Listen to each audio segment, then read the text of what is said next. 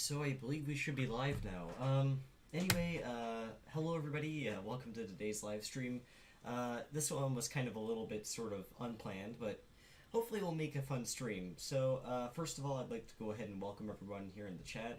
Hello Enzo, hello, I'm not sure how to pronounce your name, but hello, and also hi to Luke, who's here as well.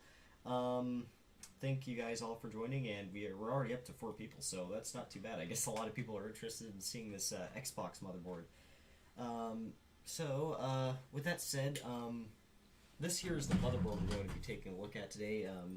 As you can see, it's just sort of one of the standard original Xbox boards. Now, I've tried to repair this in the past a bit, but I haven't really had too much luck, but I was looking at it a bit last night, and I figured it might make a cool live stream.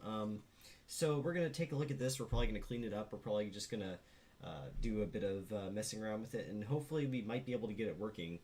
I still don't have the proper video cable to test this out, so I'm going to have to rig something up here, but hopefully we should be able to at least see if this works. And there's a possibility, too, it might not just be this board that's wrong with this Xbox, but there's something else going on, maybe with the hard drive or something else. I don't know what these do when they don't have the hard drive properly installed, so I don't know how to test that. Yeah, it might be a newer version, but it's not new enough to where it doesn't have the clock battery. This one did have the clock battery, which goes right here. I already removed that. There was a lot of leakage in that area from that battery. Or wait, sorry, did I say battery? I mean capacitor. Capacitor. These use a clock capacitor because it was cheaper than using a proper battery. Excuse the vacuum cleaner, by the way. We're cleaning up the house today, so yeah, it's probably gonna. Hopefully, it won't come in here. I did leave the door open, but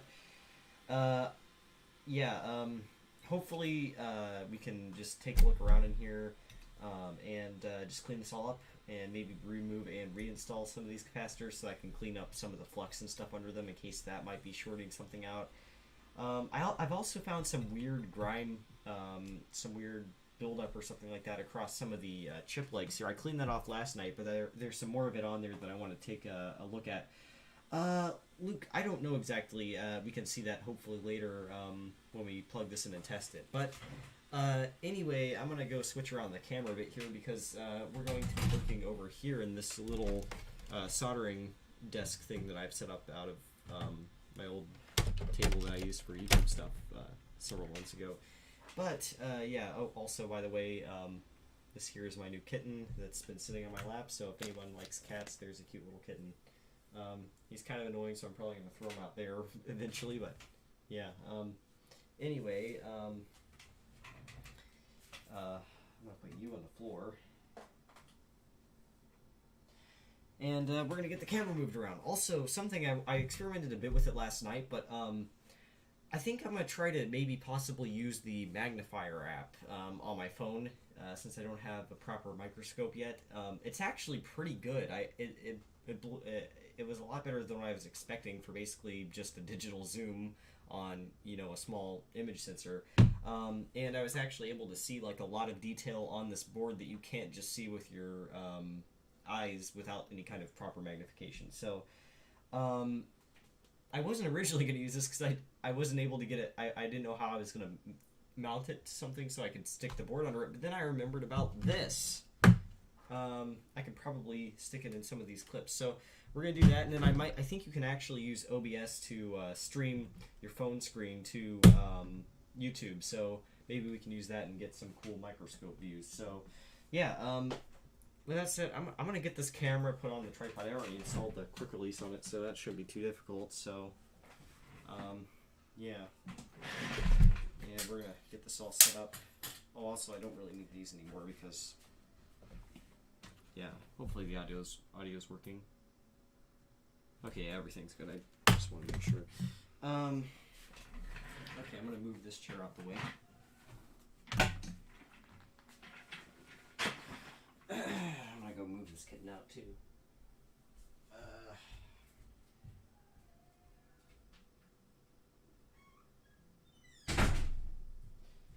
Okay.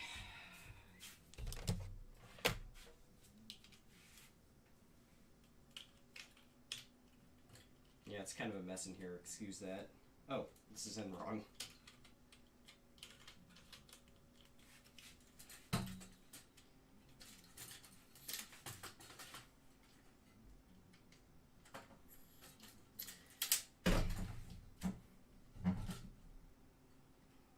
got to get the angle right here, so just be patient with me for a bit here.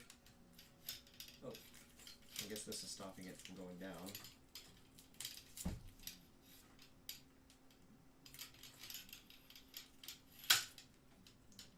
Okay, well, there's that. Now I've got to get this all set up. Welcome, Botched Repair, and Sadback356. Thank you guys for joining today. We're going to be taking a look at this faulty, or what I believe is faulty, Xbox motherboard. I'm not really experienced with the Xboxes, so hopefully there's a few people in the chat here who have more knowledge than me. Oh, there goes the vacuum cleaner again.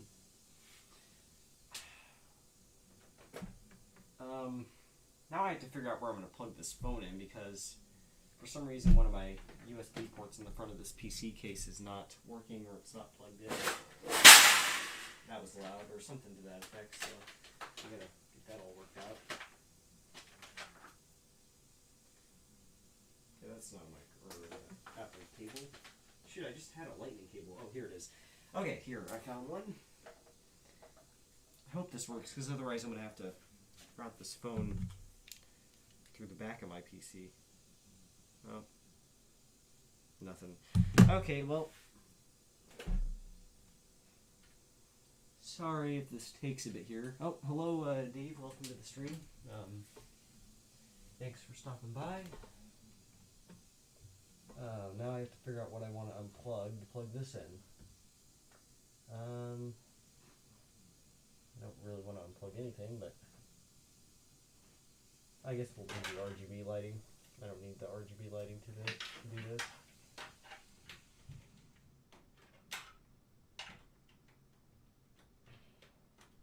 Okay. Well, now I'm going to get out of here without pulling any cables. And the phone is charging, so yeah. Well, no, I'm not trying to just charge it. What I'm trying to do is I'm trying to connect it to my PC so that I can stream the screen of it, so I can use the magnifier app as a microscope. Oh, wait, where's the... Oh, did I unplug the camera? Oh, Jesus Christ. Computers are annoying sometimes. Hold on one second, guys. Yeah, that camera is unplugged. Oh, shit. Oh, God. That's irritating as hell. Probably gonna have to just delete this video capture thing here. Oh, there it goes. Okay, it's back. Sorry. Well, yeah, that's annoying. But at least we fixed it. Sometimes it's a little bit worse than that, even. Yeah. Microscope. Yeah, I do too. I'll probably just end up buying one of those little $40 USB ones. Let's see. Video capture device. Microscope in air quotes. Those aren't technically air quotes, but it doesn't really matter. Now I gotta figure out how the hell I connect my phone to this. Yeah, I have no freaking idea how to do this.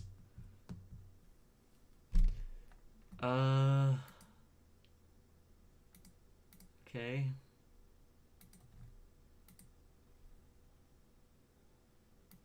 Yeah. Alright, well, connect iPhone to OBS. Wasn't expecting to start this out with a tutorial, but how to use your iPhone as a webcam for OBS, that's technically work.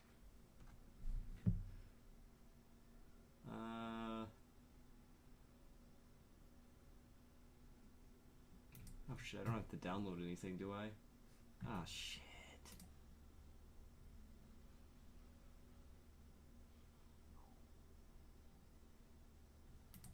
Yeah, I'm not doing that.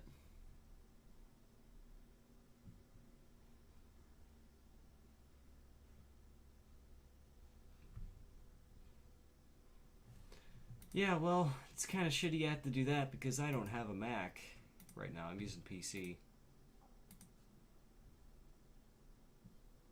Yeah, well, I can do that too, but I just like to do this so that you guys can actually see what I'm doing closer up.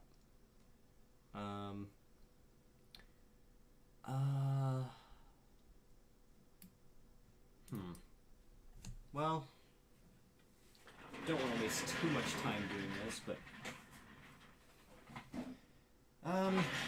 not really, Jay. When you have software that runs on Windows and Macs cost a fortune, and you don't get the expandability and everything that comes with having a PC, but I could probably Hackintosh this anyway if I cared enough. I actually do have a Mac, but I'm just not using it right now. It's a 2011 Mac Mini.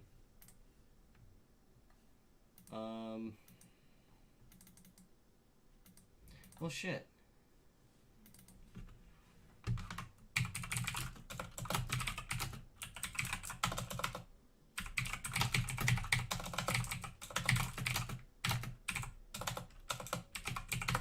I mean, I believe there's a way you can do it by default through the OBS app. I've seen people do it before, but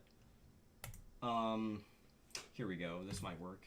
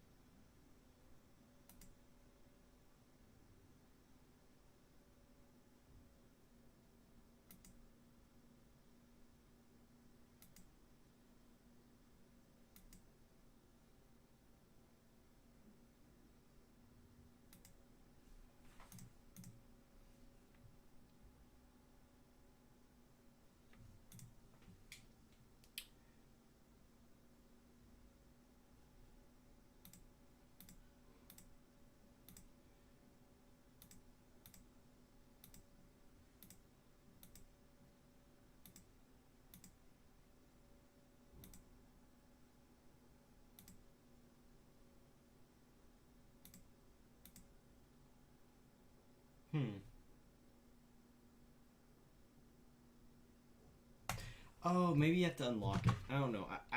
I'm damn sure you can do it by default through the app. So let's just go ahead and open up a magnifier. And let's just add a video capture device here and see if it shows up. No. God damn it. Okay, well, we're not doing that today. For now, at least. Maybe later I can screw around with it if I get time. Darn it, I wish I would have dealt with that earlier before I started the stream so that you guys can actually see a damn thing that I'm doing. You know what? I could probably just actually use this as like sort of something to hold this camera so that at least it won't really serve the same purpose, but hopefully you guys can at least get a better view of what I'm working on, because that's the whole point of this anyway. I guess I'll have to use two of these because this isn't really the most sturdy arrangement here. Oh yeah, I kind of did this here. It's sort of neat. Oh. Well, stream died. Yep. Okay, well, that's annoying.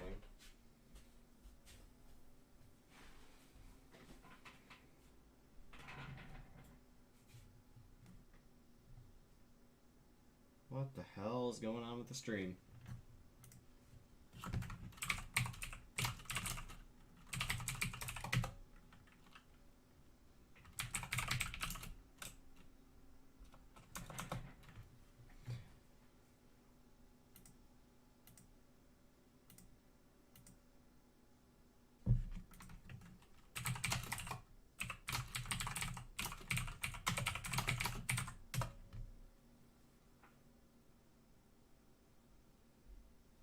Okay, well, that was very strange. That just came out of absolutely nowhere. My stream just completely jumped off a cliff.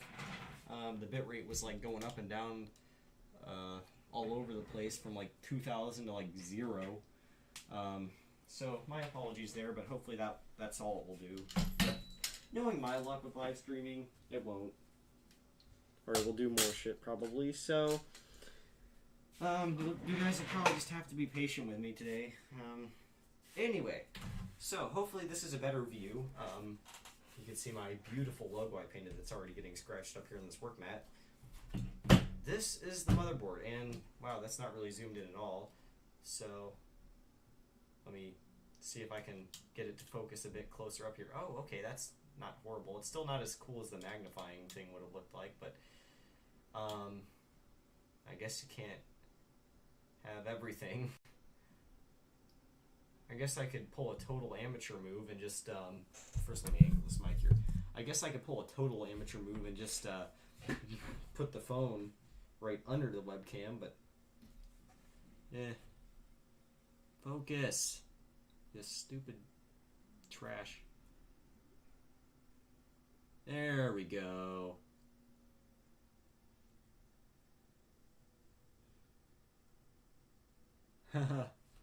Oh, it's blurry. What's it doing? These webcams are annoying.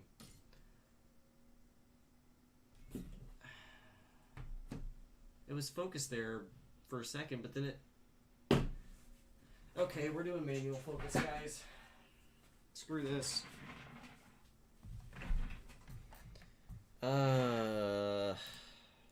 Yeah, when did I ever claim this was a professional? Okay, at least I should be able to, yeah, focus. Here we go. We're going to untick the auto here, and we're just going to look at that. And nothing's really changing here as far as the, yeah, that's what I'm doing, botch repair. Nothing's really changing here as far as the distance. I mean, this board is going to stay exactly however many inches away from this camera the whole time, so I don't really have to worry about adjusting it. Yeah, well, that's weird. Sometimes I do not get autofocus. Because it was locked on there for a second. It was focused, but then it just went back to wherever it was before. But that's dealt with, so let's get on to this. So basically, I was looking around in this last night, and what I did here, first of all, I focused a lot in this area here, because this here is where you would install the clock capacitor. This is what stores the time and all the settings when the device is unplugged. This has to come out if you have one of these Xboxes. I removed it in this a few months ago. There was a lot of leakage in this area, this general area here. But I cleaned that all up. This entire board was also really dusty. I've replaced a lot of these capacitors. You can see, technically these are through-hole and they should be mounted through-hole, but the Xbox, from my experience, has a massive ground plane that connects to all of these, so I could not get the solder out of any of the holes, so instead I just made the last ditch effort here, and thank God they had surface mount pads in here, so I just mounted these through-hole caps in the surface mount pads. I'm sure someone's going to say something about it, but it was my last choice, other than just not doing anything at all. You can actually see here in this one where the solder is not removed from this hole just because it's that difficult. Hold on 1 second. I'm going to rearrange the chat here so I can actually read what's going on.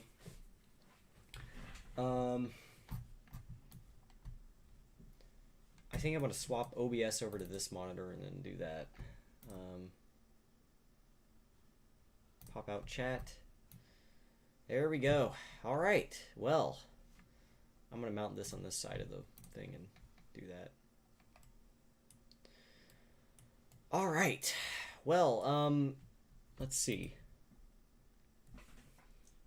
So, I've already removed mine and cured the board. Yes. If any of you have an original Xbox, I can't stress it enough how much you need to get this freaking capacitor off. It will destroy your board, or at least this general area of it. None of these other ones seem to really have much issues, but I didn't know that until after I'd gone through and replaced all of them. And by the way, you should probably just replace them all anyway. I mean, these caps are probably 20 years old now, or getting close to it. Maybe not for this particular board revision, but some of these probably are getting close to 20 years old. So you should really look into replacing all of these. Maybe do a better job than I did if you can actually get the solder out of these holes. But do something about it. It needs to be dealt with. The other thing I noticed when I was looking at this board is in some areas here, as a matter of fact, I'm not sure how close up you can see it, but around this capacitor, hold on, let's probably do it this way. If you look, it's probably not going to focus on this because of manual focus. Oh, actually it does. Oh no, it's not. Well, no, that's the phone that's not focusing. Yeah, I got two things that need to focus on one thing. Okay. Where's this capacitor? Right here. So, oh, camera's not on that. There is a capacitor right here. Focus.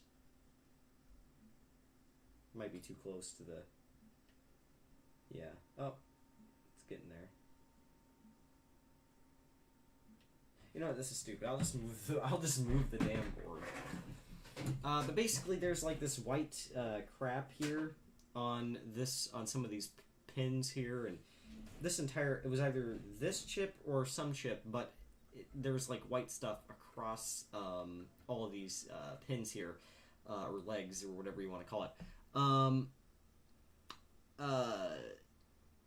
Oh yeah, I didn't even think of that. It might be a 1.6 or whatever you said there, so I might have to reinstall a new clock capacitor. But basically there was like some white crap in all these pins. It looks like it's from this capacitor, but typically electrolytic capacitors don't have white corrosion or acid or electrolyte or whatever terminology you want to use, but there's some white gunk around here, and it was in all these chip legs. So maybe that could have been something to do with the issues here. So yes, that could be what it is too. It could be flux residue. I thought about that, but I would assume that they would wash all the boards thoroughly before they sold them or reassembled them into the console. So yeah, I'm not sure. I've never seen anything like this on any other boards I've used. But I think what I want to do probably, this is a looks like a 10 microfarad 16 volt capacitor. So I think we can probably get this off here. I might try using the higher station, but I don't want to have to deal with it exploding. So yeah.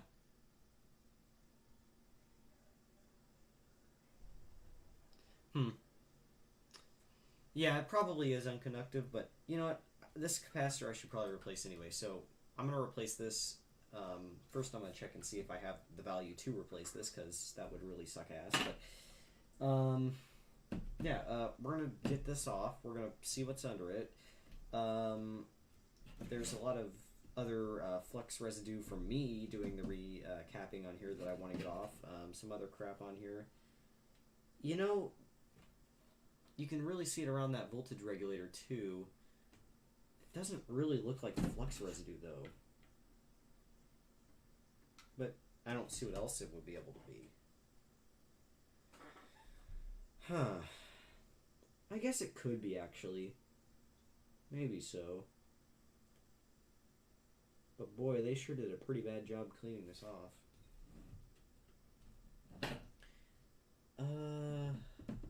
Where do I want to go from here? Wait.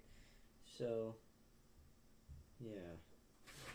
I'm going to check real quickly if I have a 10 microfarad 16 volt capacitor.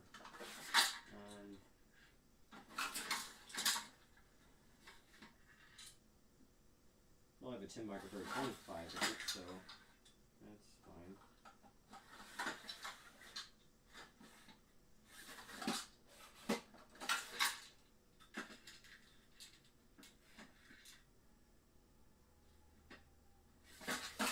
Okay, so I do not have...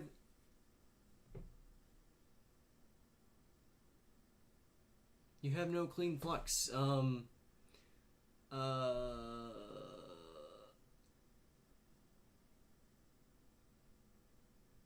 Yeah,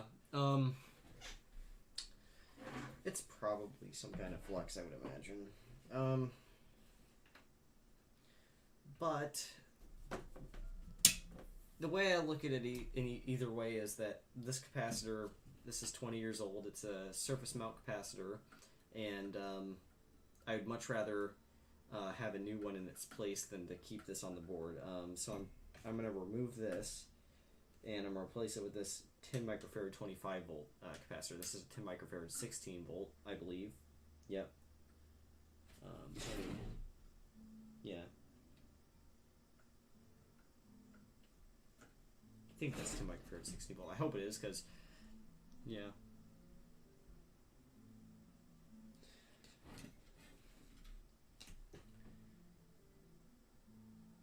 You know, let's do this. Let's put it in some isopropyl alcohol and see what happens.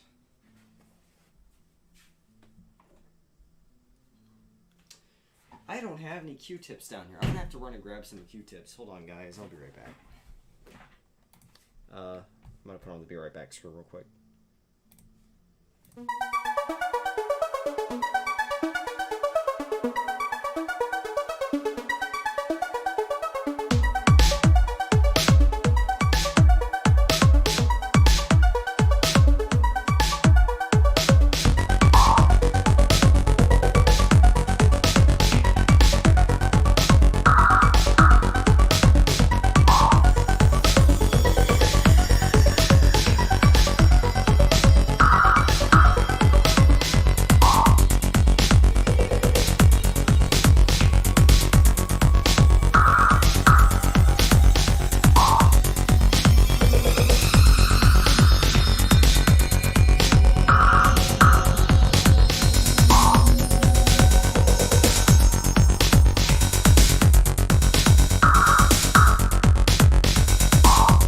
Okay, I'm back. I have a whole bunch of Q-tips because we're gonna need them for this. I'm gonna start by just cleaning off this flex here around this capacitor. I'm gonna see how it comes off. There's also kind of some dirt here on this chip I might remove just to make it look better, but.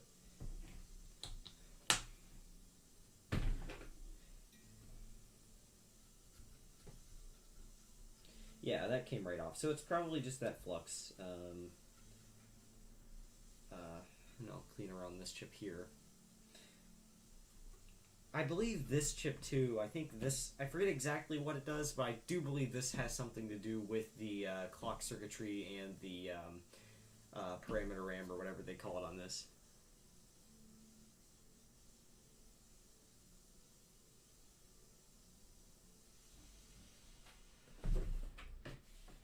I'm just going to check the chat real quick here. I got to remove this OBS video capture window here out of the way.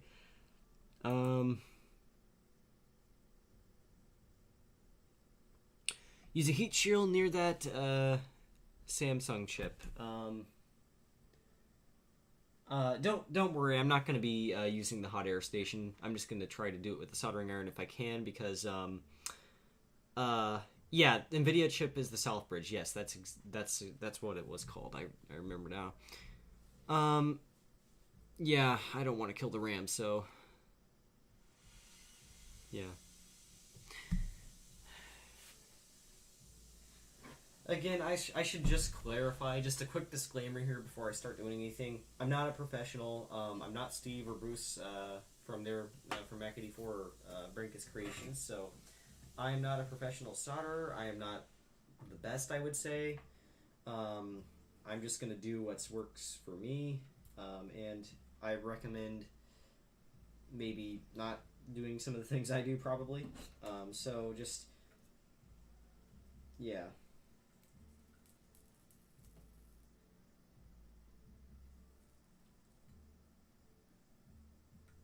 This is melting pretty good, actually, this solder here.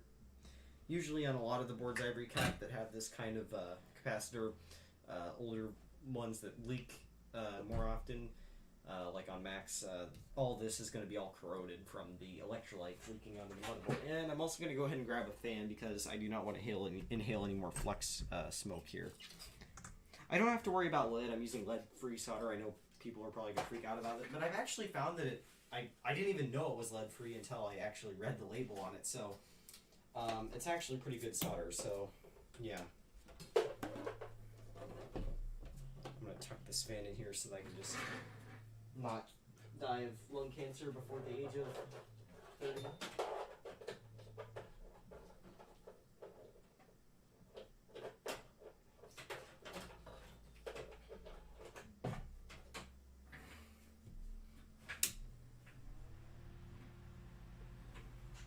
Oh, thanks, Luke. I'm not sure if I'm much better than you, but thanks for the compliment.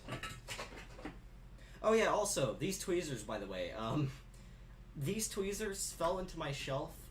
It's one of those like plastic ones that has like all the it's sort of like a grid There's a bunch of holes in it. Fell through the shelf and got stuck in a bin for 7 months. It took me 7 months to find these damn tweezers. So now I basically have like a friggin' GPS attached to them, so I know where they are at all points of time. Because I do not want to lose these again. That was a pain. Okay, so... Oh, wait, what? Okay. Had the, if you guys want to know how cheap I am, I've been using the flux out of my, wire, sort of mesh, solder, or soldering iron cleaning thing. Looks like, this. I don't know exactly what they're called. Tip cleaner thing. That's the terminology. Yeah, definitely not a professional. Okay, this side's loose. So we're going to go back over here, heat this up a bit more. See, you could not remove a capacitor like that in a vintage Mac. That would never happen. Yeah, I don't use the fume extractor either. I'm just using a fan. Fume extractors aren't 100% necessary, honestly. As long as you have something that's blowing a steady stream of air across your workspace while you're soldering so that those fumes don't go into your mouth and nose holes, then you should be good. At least from what I've heard and found. So, don't really get much detail here, but honestly, everything's looking pretty clean under this one, so... if I can find where I put it. I might actually reinstall this.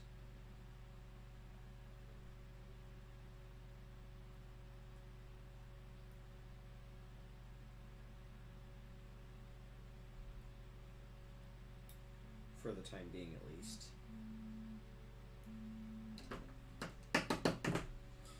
Oh, man.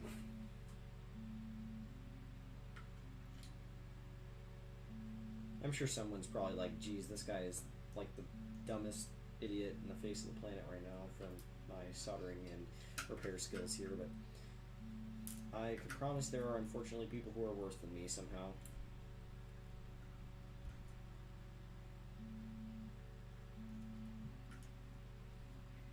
Okay, well.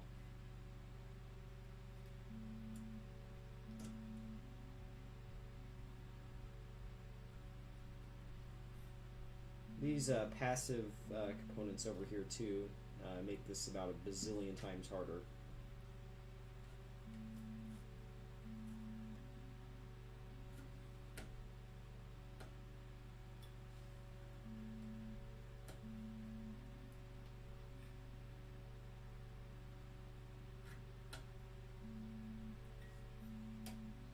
Okay, I think that's pretty good on there. That was kind of a waste of time, but...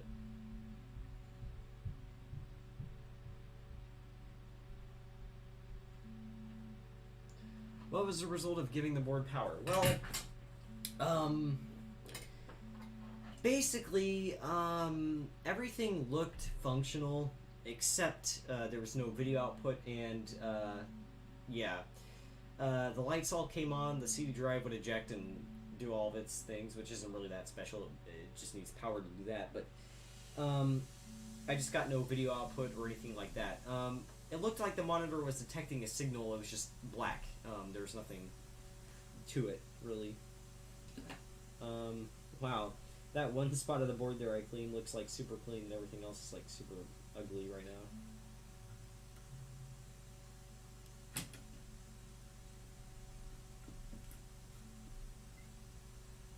Just going to clean around some of these passive components here because that's where a lot of the crud builds up. Okay.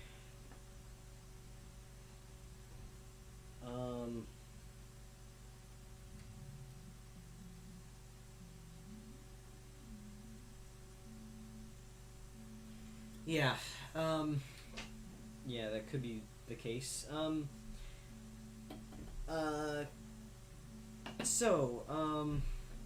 Does the Xbox show any life when the battery is dead? Or not battery, the hard drive is dead. Why did I say battery? Because I'm tired. So we'll at least do something if there is no hard drive functional or connected to it.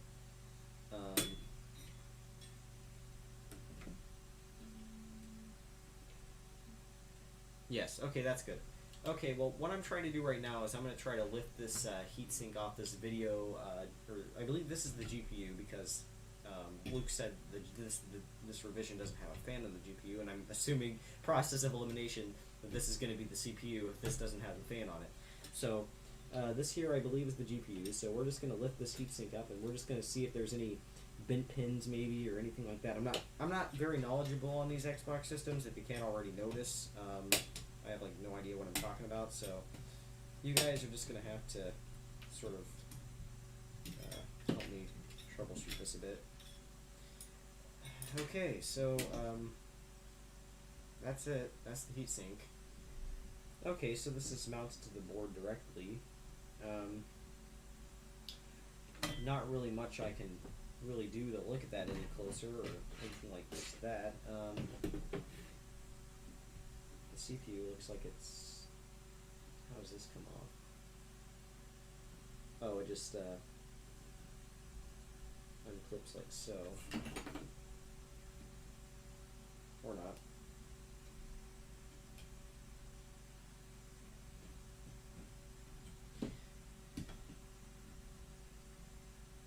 Maybe if I sort of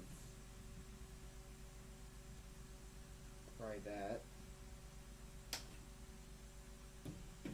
Try not to break it.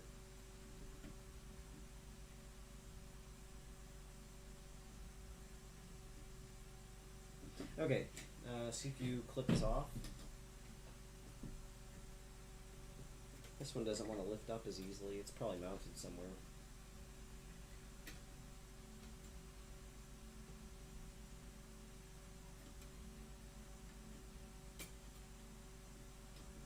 I don't think removing this fan is going to do anything, but let's do it.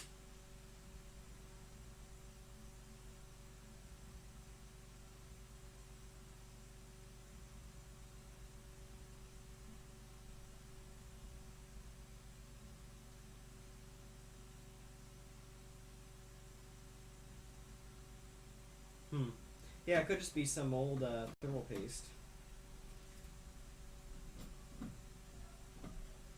I just don't want to be too rough on anything, because when I pull on this, it's flexing the PCB. So, Luke, you've worked on Xboxes before. This is all that needs to come off, right? Just this clip here. That's it. Before the CPU lifts out.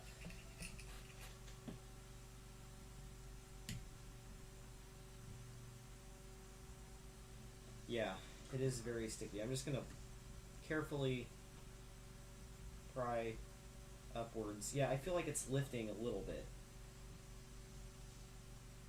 Oh, God.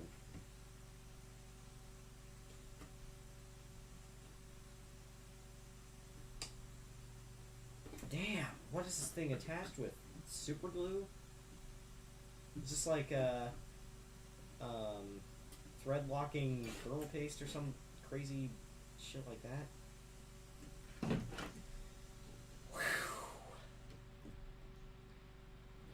This must be like some kind of thermal tape thing. Yeah, I don't blame you.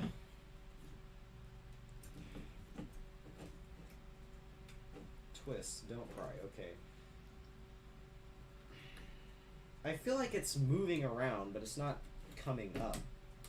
And I don't want to break the PCB or the CPU, obviously.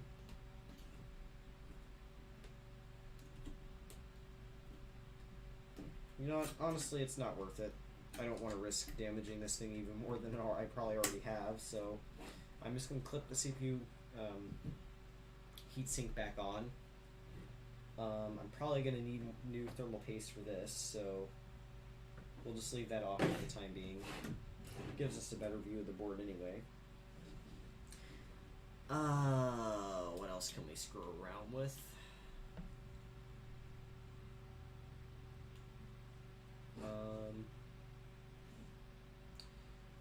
Well,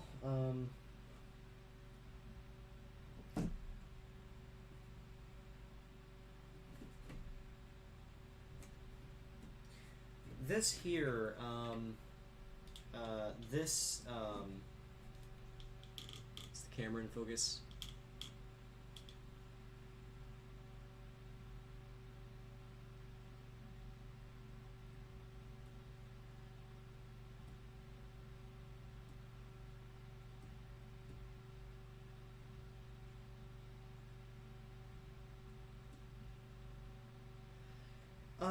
I'm not gonna heat it with the hot air reflow gun right now because I'd have to take this fan off to do that, and I don't really think the CPU is going to be the issue. You know, whatever, we can try it.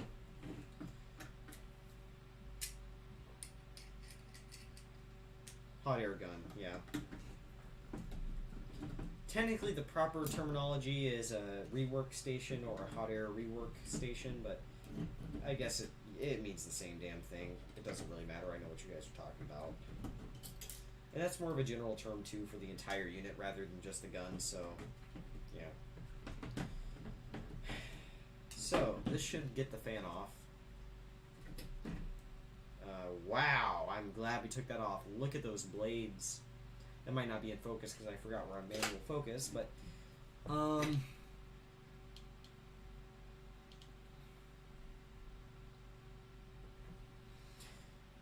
okay, I'm going to turn off the soldering iron while we do this because this hot air station draws a heck ton of amperage. It makes the lights flicker in here, and I don't want to set the house on fire, so we're going to turn that off, and we're going to turn on this.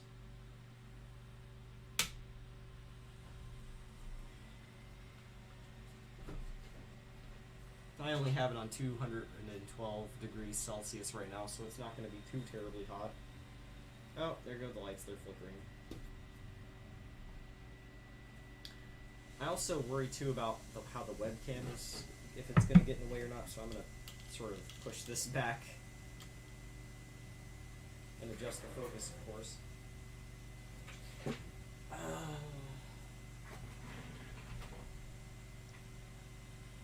Give me a second here.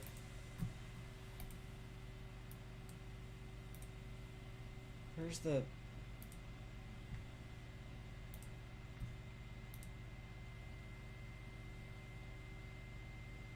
Yeah, I have to not melt that either. This is going to be kind of risky. I don't really know if I want to do this necessarily, but I'm going to. For views, I guess. I don't know. There we go. Focus is adjusted. Well, I have the temperature all the way pretty much down as far as it can go and still be effective, actually. Yeah, this is the lowest temperature setting here. It's on 212 degrees Fahrenheit, or Celsius, actually. It's not Fahrenheit. There's a lot of dust in this, too, from that fan.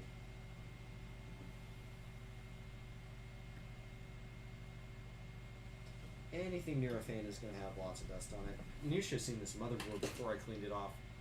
I was actually working on a YouTube video for this way back, probably a year ago or more, where I did this initial sort of recapping. But that got put on the wayside for, well, a year.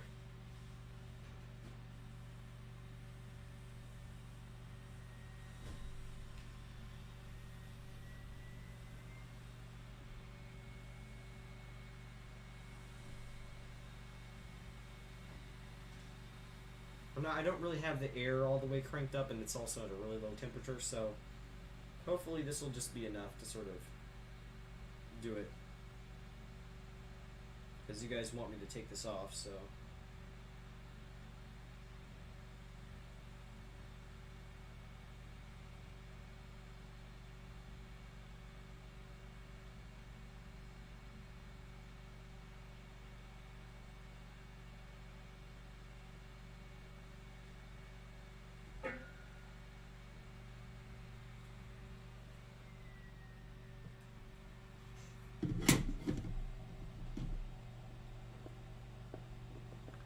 Okay. This is barely even warm. It's moving a lot more.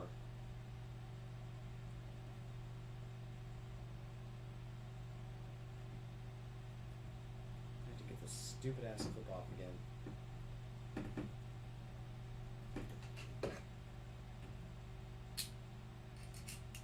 I think this is how I got this off last time.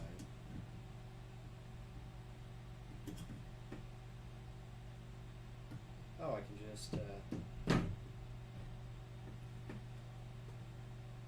there's gotta be a better way to get this off. I know there is. There it goes. Okay, well, swiggling a bunch more. It's not really that.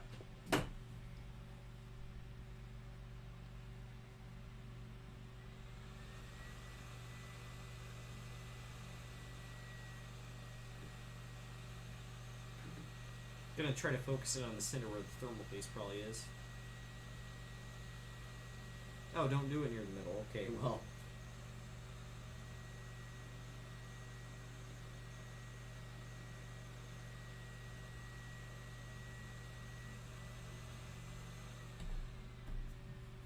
Let's try it now. Oop. Yeah, there we go. That's wiggling. Oh, there we go. Oh, man. Look at that.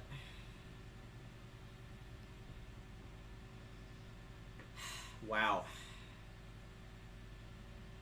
It's not really going to get that warm.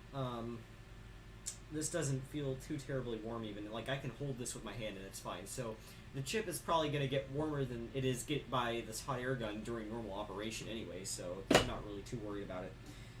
This actually looks like this might be the GPU. I think this, no, this here is certainly the CPU, because this is an Intel chip and this is an NVIDIA chip, so this is the GPU here. I got them flipped around. Maybe I misread that comment earlier. Maybe they said this was one of the boards that has a fan on the GPU versus doesn't have a fan on the GPU.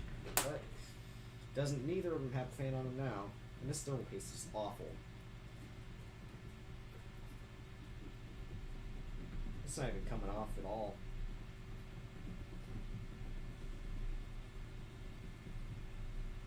Holy hell.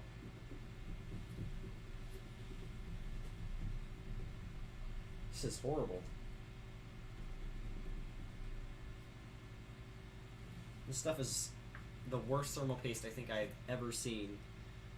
Hello, Scarlet Swordfish. Welcome to the chat.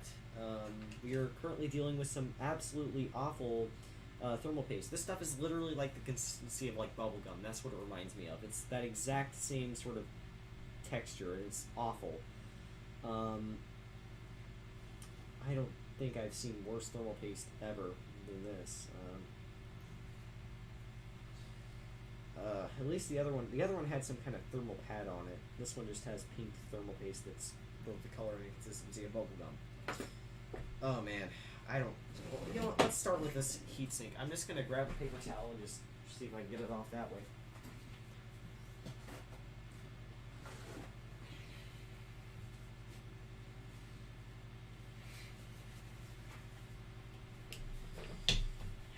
Okie dokie. Let's see here. I'm using 91% alcohol too. Yeah, 91. So this stuff is pretty rigid.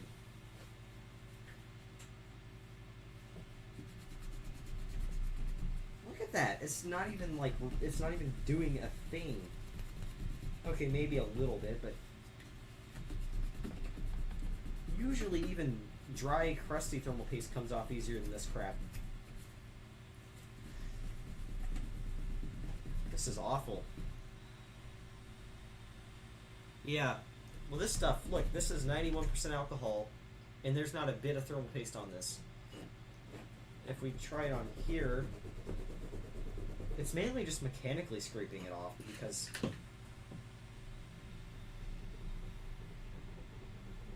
but I can't do that on the CPU or the GPU because it would ruin it. So I think I'm just going to heat this up again with the air station.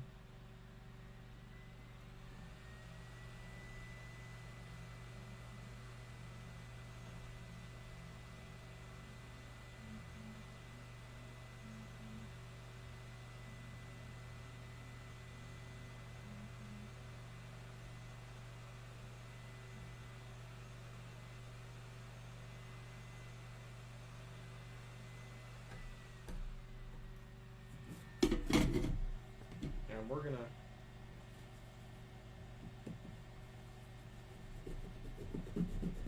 I have never seen worse thermal paste than that. That is hideously bad. Yeah, well, I mean, at this point, the scrubbing is doing nothing but mechanically removing. It's not even, like, usually the alcohol would, like, soften it a bit. I'm just going to lightly scrape some of this off with a screwdriver, see if that works. But I can't do that on the CPU, or the GPU, obviously, so I'm not going to do it there. I'm just going to do it on the heatsink, where it doesn't really matter if it gets scraped or not. At least for the most part.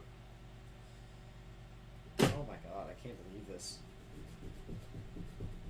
This is horrible.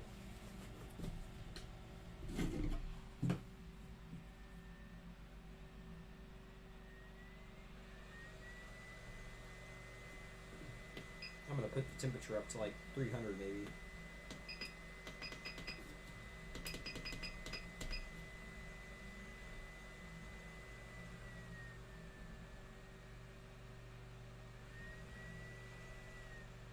I can smell it.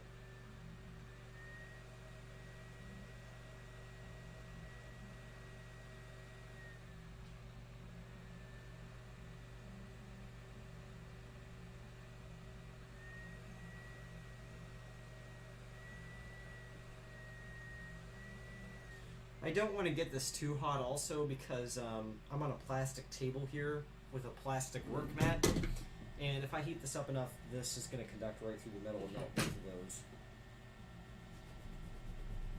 those. Okay, here we go. So you just got to blast it for a few seconds and that'll do it. I just realized too that hot air station is right by my microphone, so I'm sorry for the background noise. Ow. Oh god. I hate this thermal paste. Oh, freaking awful.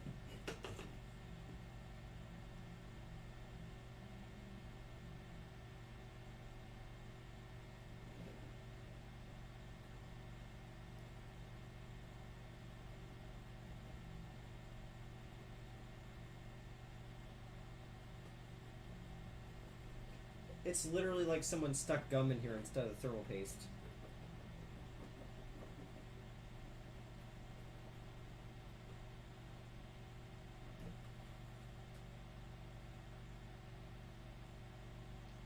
Yeah, it does look like gum. I'm telling you guys.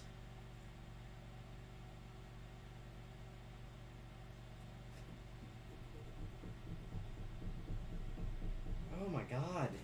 What is this?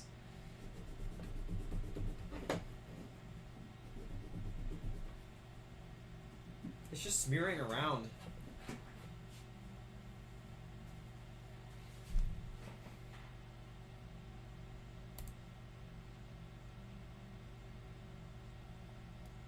Well, I hope you guys were enjoying this episode of thermal paste removal, because that's probably going to take up 90% of the stream if it goes anything like this. I think I'm just going to try to drench it in alcohol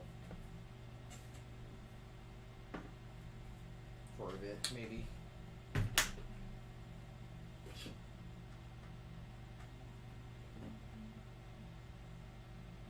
Oh, skin on the floor. I'm going to set that off to the side for a moment. Let's turn our attention to this GPU here. The CPU doesn't have anything on it because it used more of a thermal pad than a thermal paste, which I am damn glad about after dealing with that shitty thermal paste.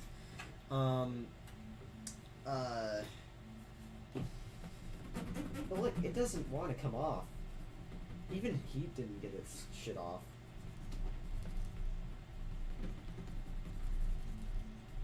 It's not even doing anything.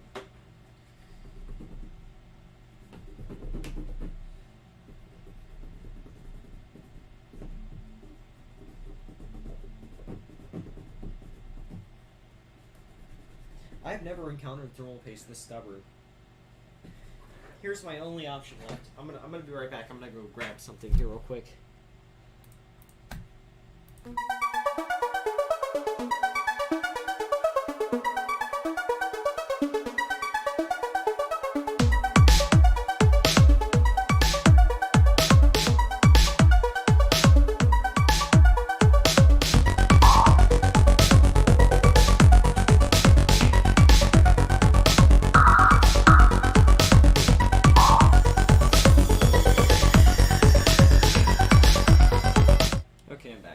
So, this is about the only thing I can think of that we have left to try to get this off the heatsink. So I think I'm just going to try to evenly scrape across the surface of this. I'm not going to do this on the CPU for obvious reasons.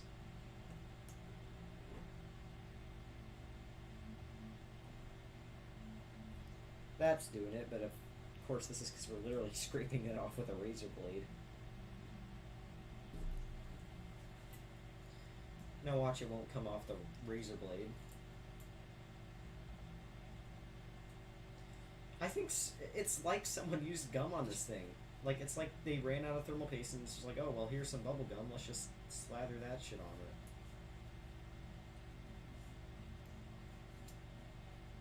it. That is awful.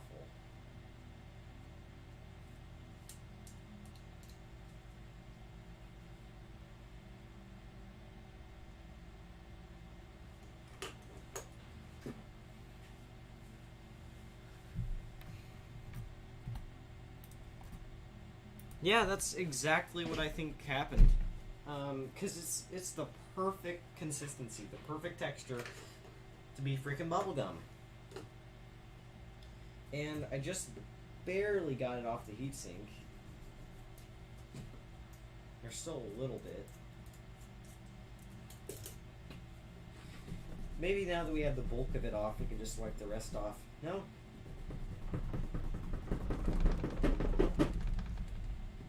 Like sandpaper for that.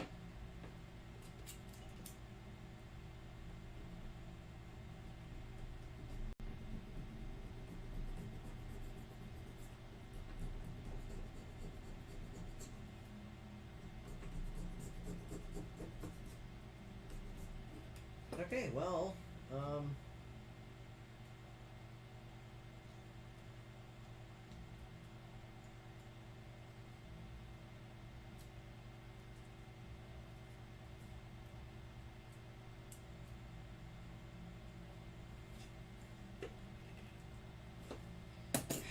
never before in my life have I had to use a razor blade to remove thermal paste, but I guess there's a first for everything. The black stuff is worse. So is there some kind of black thermal paste or something? I don't know how you can get worse than this. Oh, this is going to be even worse, actually. This is a solid brick of thermal paste here. Yeah. Nothing. Well, looks like our razor blade method is going to get a second chance. Oh, that's satisfying right there. Look at that. Let's see if we can get it off all in one big piece. It's like plastic at this point.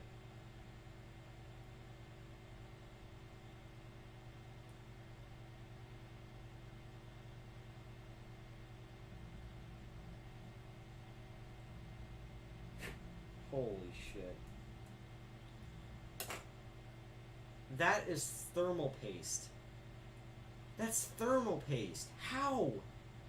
It's literally plastic. Oh my god. This stuff is hideous. That stuff came off better than the other stuff at least, though.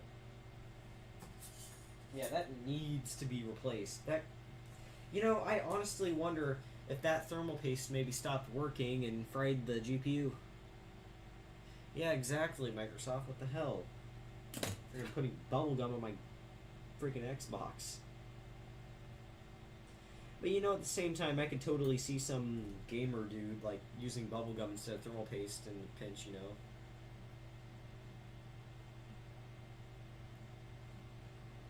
god. This is hideous. How am I ever going to get this off this GPU? And I can't use a razor blade on the GPU, so I sure as hell don't want to leave it on there either.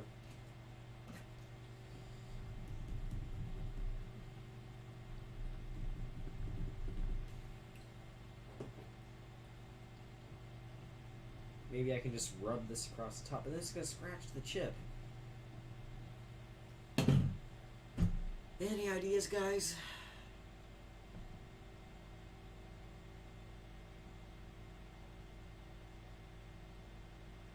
Yeah, maybe it was designed to be like that. Could have been some kind of anti-repair thing, but I don't think companies were as much doing that back in the early 2000s whenever this came out. Oh lord, what a disaster. I think I'm just going to try to clean it off the main metal part in the center where it's actually going to be making thermal contact, and I'm just going to leave it around the edges because there's no way I'm going to get all that off like I could with normal thermal paste. This is insane. I mean, you saw how that shit was literally gluing the CPU or the GPU heatsink to it.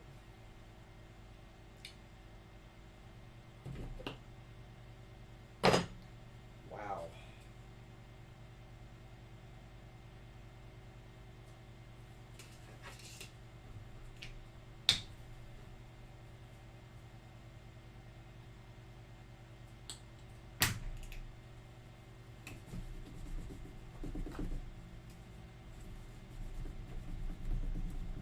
It's like just gliding over the top of the thermal paste.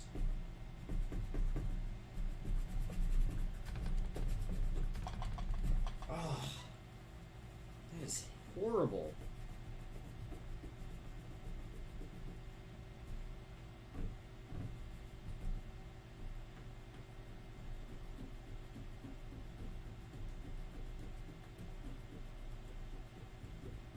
I'm basically just scratching it with my fingernail at this point.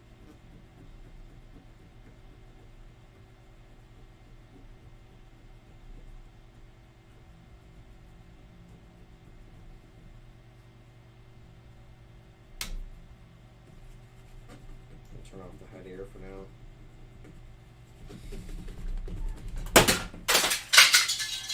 Jesus Christ. I was scrubbing at this so hard that all the shit just fell off. There goes that Scotch tape roll. Guess it just pops back together.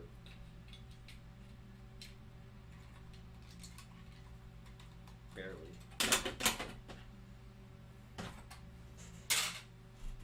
This magnifying glass fell, but it's okay at least. So, God, this is horrible.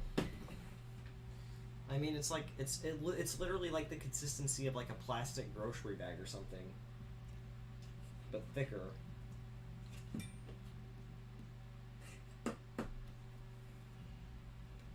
Yeah, if anyone has an Xbox, also replace the thermal paste. This stuff is awful. Or don't if you just never want to have to deal with it. Well, there's no way I'm just going to sit here and leave this here, knowing that it's like this.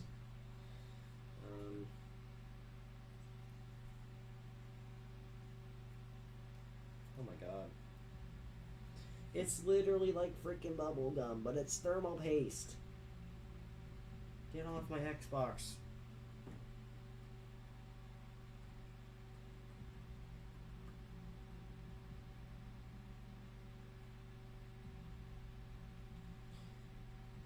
Usually repasting is like the easiest part. Yeah. Huh. Oh, that wasn't important. Yeah, well, everything's fine, fortunately.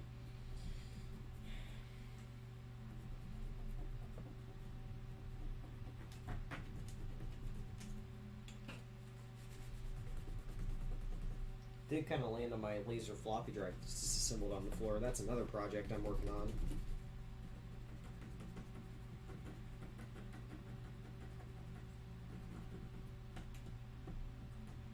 Leaves like a residue too.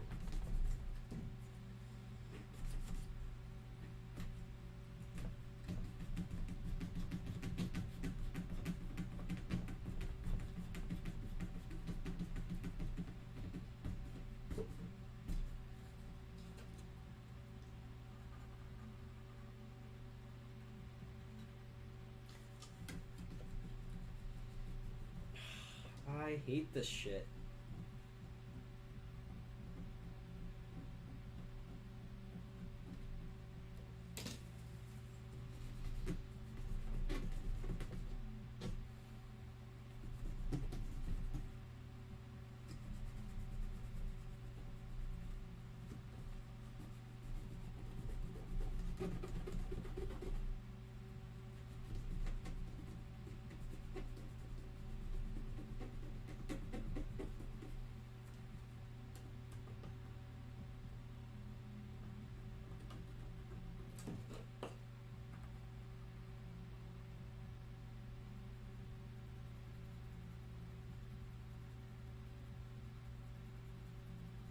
There's this annoying film stuck on it, and it won't come off. So I'm trying to sort of scrape through it a bit and see if once I get the bulk of it off, it maybe will, like, come off.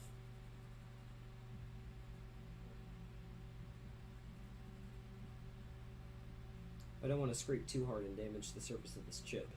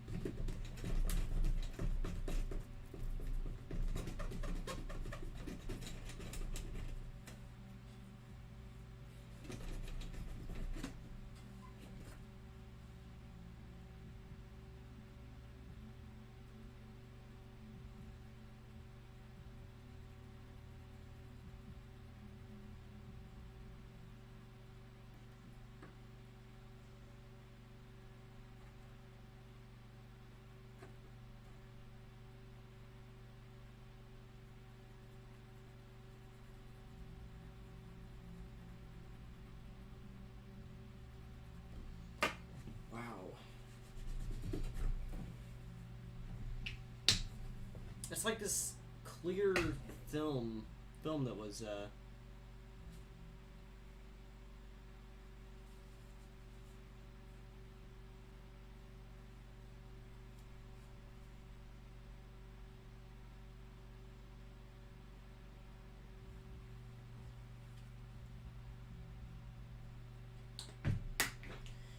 yeah, I might try using the X pattern for the thermal paste, but I haven't done it myself yet. I usually just put a blob in the middle.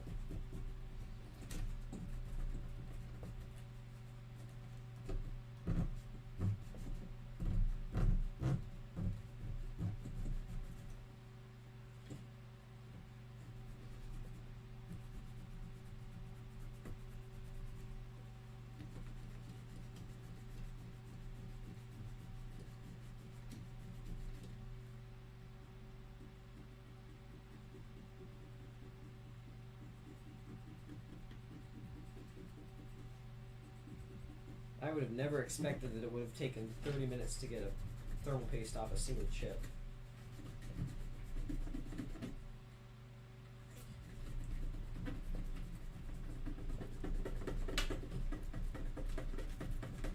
But we're getting somewhere.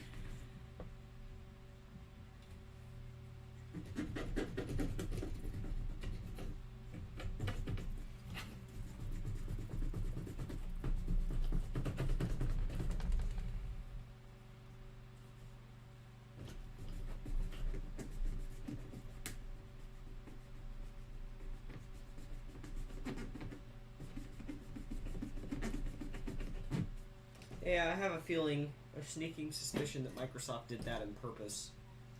I mean, it's pretty obvious that because I've never dealt with any other kind of thermal paste. It's like glue, which is basically what this is. I literally had to blast it at like 212 degrees Celsius just to get it to separate, and even then it was tough.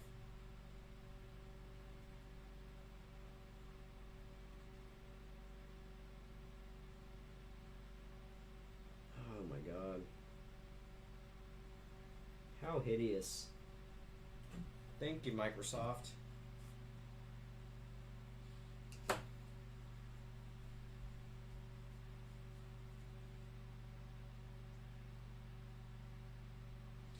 disappointment is immeasurable, and my day is ruined.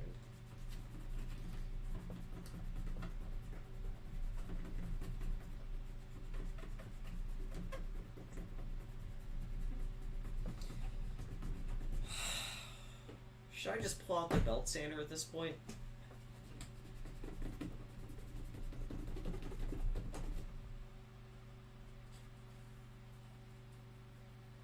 Okay, well, we have eliminated most of the thermal glue from this board. Now I just got to see if I have any thermal paste. Alright, sweet, I have a tube right here. This is kind of off-brand stuff.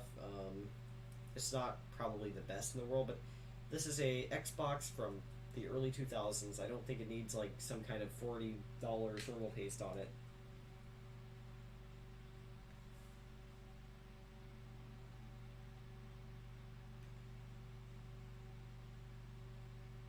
Yes, I know I'm applying thermal paste on camera, so don't judge it.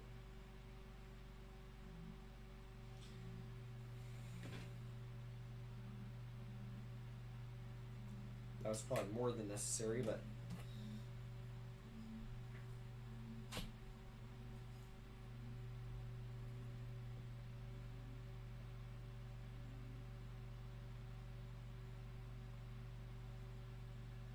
that's how it went on, right?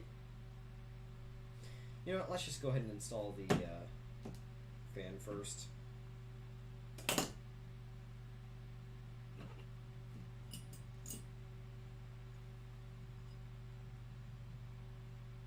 Wherever I put it.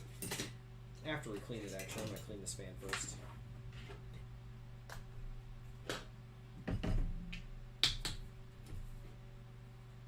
I've used a lot of alcohol today. A lot of isopropyl alcohol.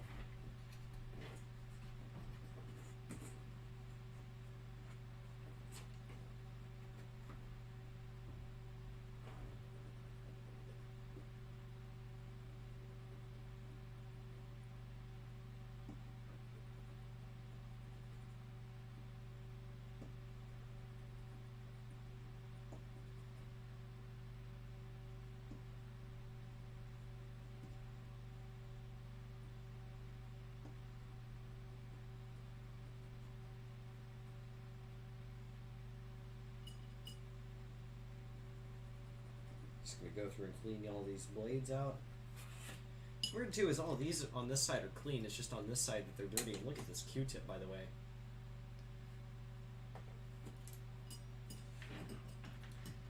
So this fan goes in here like this, and I lost all. No, I didn't lose all the screws.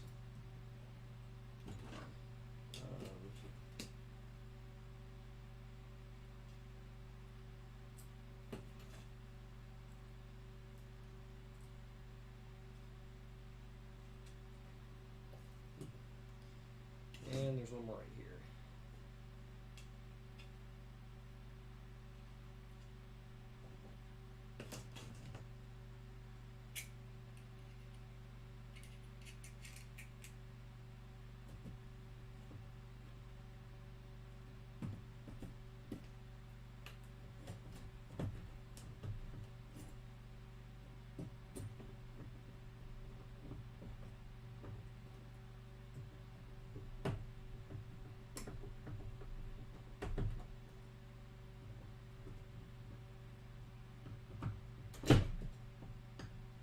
I just smashed my finger with the screwdriver.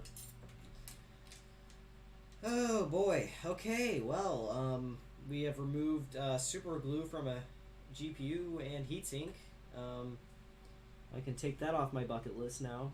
I'm just gonna press firmly on this to get it stuck in there on its new non-hot glue thermal paste, or non-super glue thermal paste, and we're going to apply some thermal paste to this GPU now, wherever I put the tube of it. Oh, it's right in front of my face. Sorry. Yep.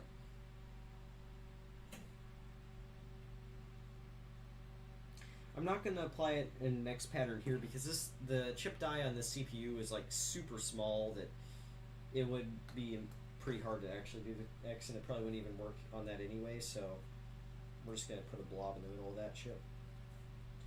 I don't think any of you guys here are too polarized about your thermal paste application opinions. And somebody's using a lawnmower outside. Okay, this doesn't really have any kind of direction it's supposed to go on. It looks like it's the same both sides, so I'm just gonna sit it down and hope for the best.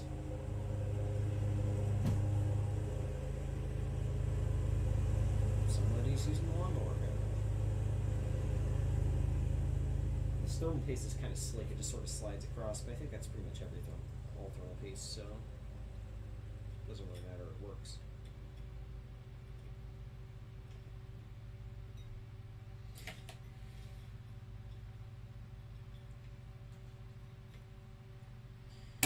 Oh, that hurt my finger.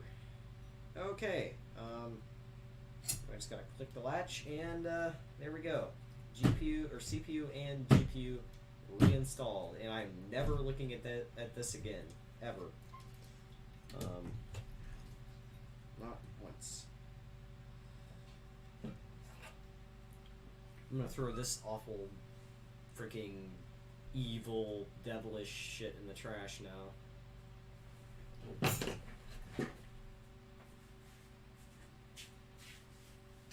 Oh man. Okay.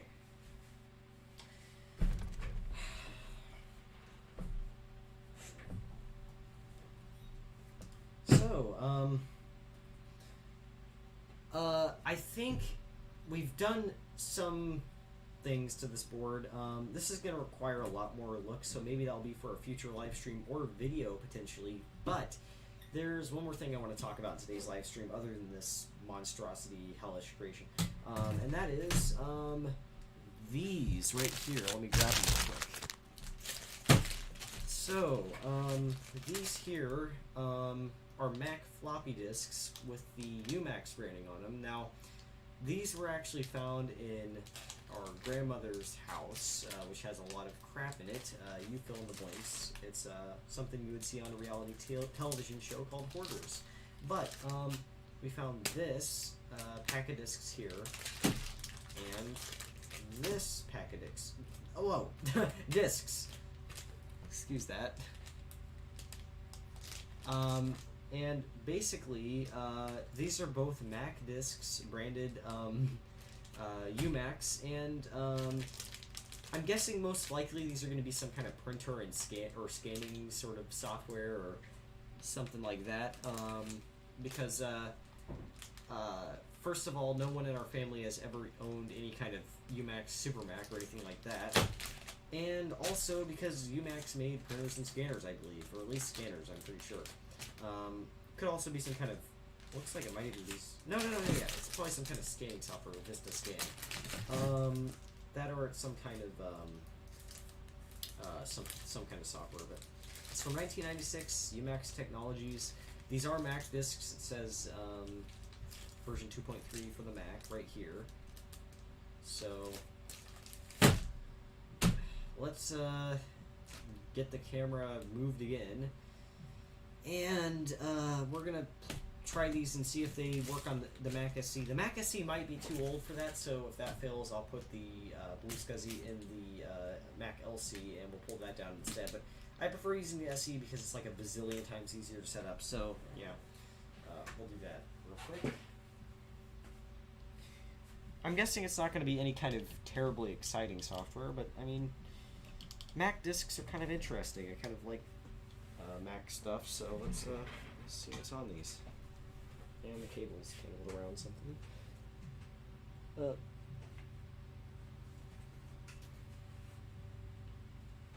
I guess we'll do this over here because this table is a disaster right now.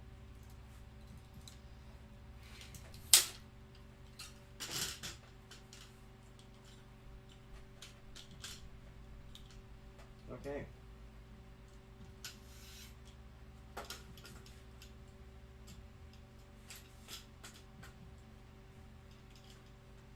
Now, you might notice here that this Mac SE actually looks a little bit different. You might notice it's a bit brighter, but no spoilers, that's for a future video, or at least any more than I already gave away. You will be seeing that video probably after the current one I'm working on, so maybe in the next 3 to 4 weeks, maybe less than that, depends on my shitty upload schedule, but it's coming at some point, so. Yeah. And, floppies. Boom. I need a power cable and a keyboard and mouse, so let me grab those. The keyboard's actually right here, so that's always kind of nice. I should probably get another ADB keyboard of some variety. It doesn't have to be that specific model, but so that I can just leave that one on the shelf or have some other one to put on the shelf. But you know, I really want to actually, if I'm going to get one, it would have to be an AEK or something like that. Apple Extended Keyboard or Apple Extended Keyboard 2. Those are some pretty nice keyboards.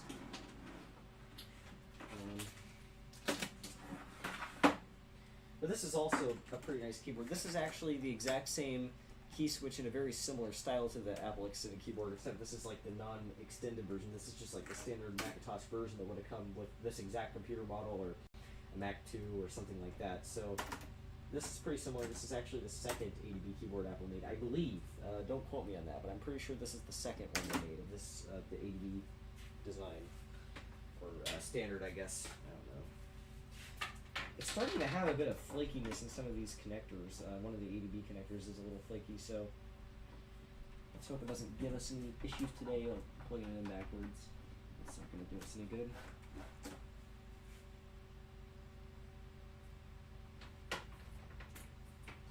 Also, the back is removed from the SE just because I've been working on it a lot recently, so hopefully that doesn't annoy anybody. I don't know why it would, so if it annoys you, it's your problem. Will we ever get to see the Xbox in action? Maybe. Oh shoot, I forgot. The microphone's on the completely opposite side of the room that I'm talking. So let me switch the microphone real quick to this other one. Hopefully it'll work. I'm not going to power up the Xbox right now. Sorry if that disappointed anybody, because it's just going to be too big of a pain, and I'm going to have to plug everything back in, and it's not really in a condition right now where it can be working. So that will be maybe for a future video or live stream, but yeah, let's do this first at least. Oh, I can just switch the device right here. Okay. Alright, so okay, looks like we're getting a response there. So this microphone is closer to my face. Probably wishes it could be farther away from my face, as ugly as it is, but it's not going to happen today. Got our ADB2 mouse, or ADB Mouse 2, whatever you want to call it. It's not the correct mouse to go with this keyboard and computer, but does it really matter at the end of the day? No, because it works. These are actually really nice. These came with these power cables here. It's these cable clip things. I'm going to have to see if these are even still manufactured. I should definitely order some of these. It's a very nice sort of clamp thing, but I don't know how old this cable is or how old these are, so for all I know, these could not be made anymore. But hopefully I can find something like this, because I love these for keeping these cables organized. Oh, that's going to turn on the RGB back here, so you guys will get to look at that too. So yeah, this Macintosh SE is currently upgraded to 4 megs of RAM, and it also has the my Blue SCSI device in it in a bracket that I made out of some plastic. I'm actually currently working with the person who developed the Blue SCSI, or one of the people who developed it. There's multiple of them, but we're currently in the process of prototyping a bracket that will install it to the PDS slot of your Macintosh SE or SE30 that the Blue SCSI mounts into, and you can access the SD card. So that's going to be pretty fun to mess around with. What? Did I turn this switch off? Yeah, I did. Actually, let's just do it this way. That's satisfying. This Mac SE actually used to have this old Quantum, or not Quantum actually.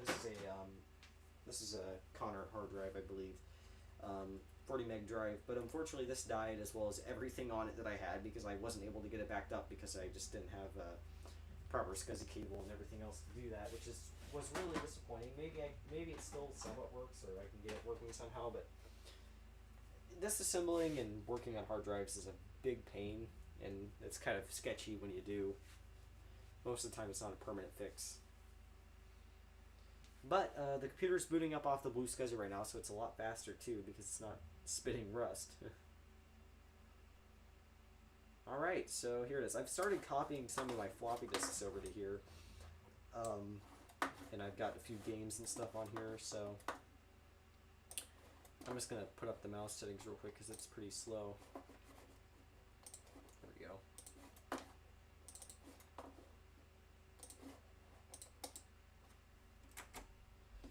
Okay, well, let's see if these will even read. I don't even know. Knowing the conditions these were probably stored in, they might not work at all.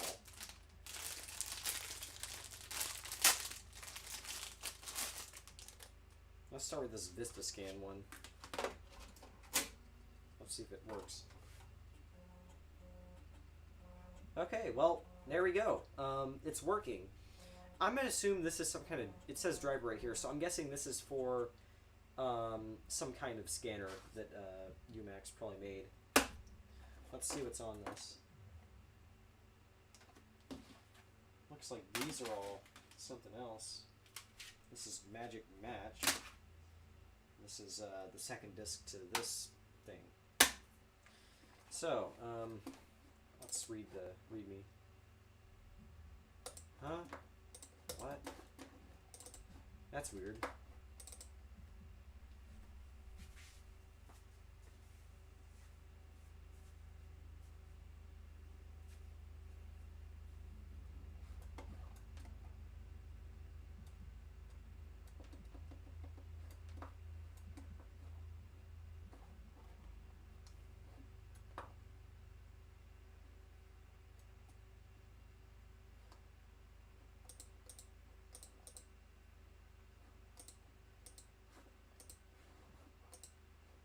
Oh, what was he doing here? Jeez. Oh, text. I need. Huh. Apparently, teach text isn't on here. We'll use MacWrite. It'll do the same thing, except MacWrite's just less stable in my experience.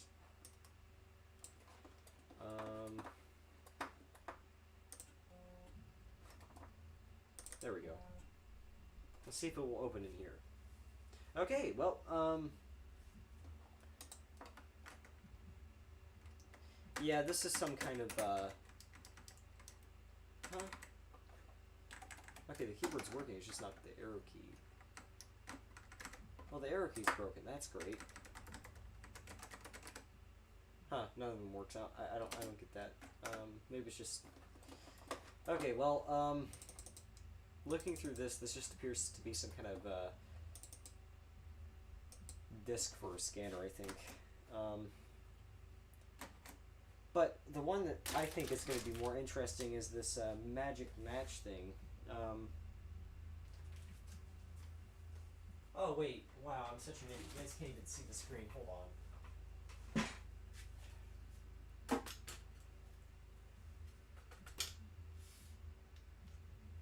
Oh. Can't manually adjust the refresh rate of this camera, so that's annoying. Video capture device, configure video. Focus, I'm going to put back to auto.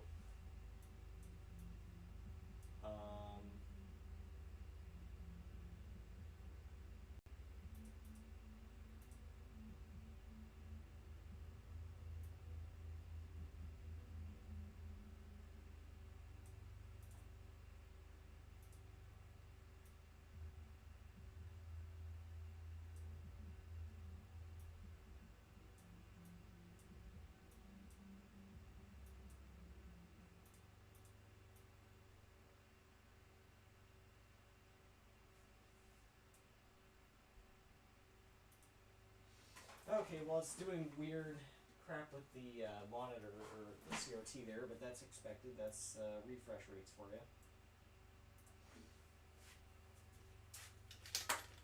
Hell, I have to say this CRT has a pretty low refresh rate anyway. I can see it flickering slightly even in person.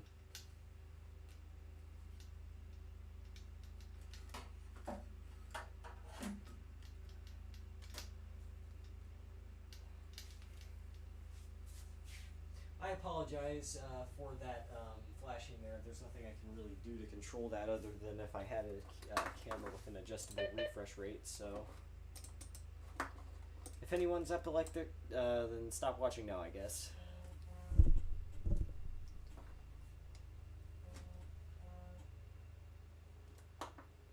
Okay, so we're gonna eject this. Let's try this Magic Match Disc 1 and Disc 2. Let's see what Magic Match is. It's probably some kind of something to do with photos or something like that, so. Huh. Weird. Well, I can't explain exactly what's going on there.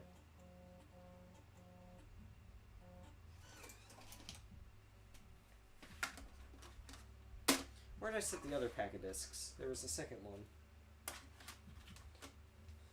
Oh, it's over here on the desk.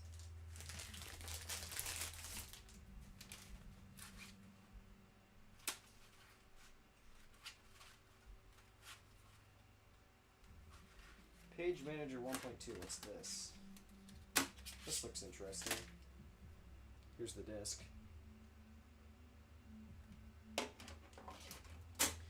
I always find Mac software interesting. Okay, let's do minor repairs. Hopefully it's not bad. I love how the only disc that's actually, I love how all the discs that are interesting or have some kind of issues with the discs, but all the boring ones don't.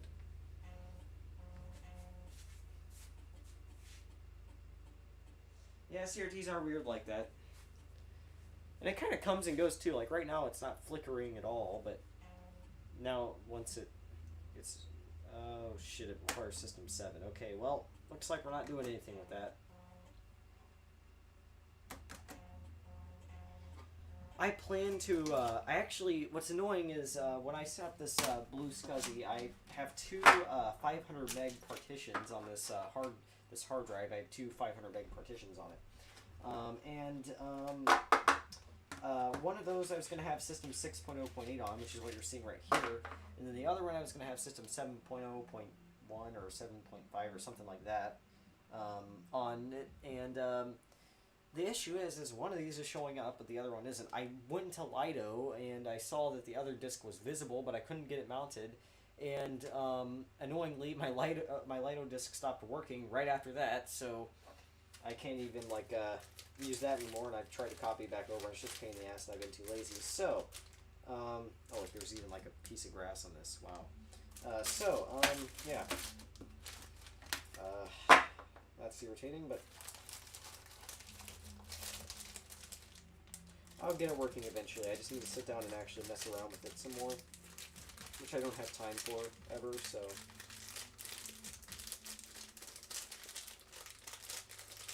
I think I put these in the wrong packs, but anyway, there's some interesting Mac discs for you guys. Crappy attempted an Xbox repair, and yeah, so I'm going to go ahead and switch this microphone back again.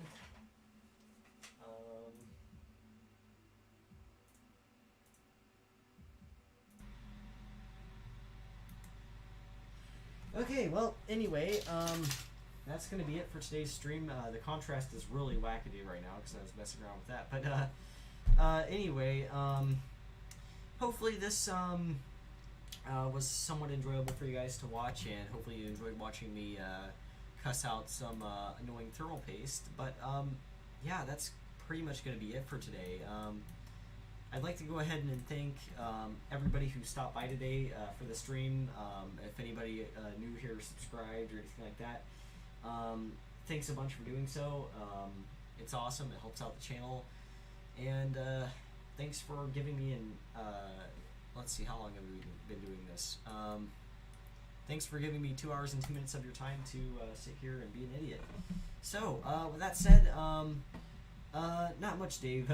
Basically, we removed some very, very difficult to remove thermal paste, and we spent like a bit taking a look at some Mac software.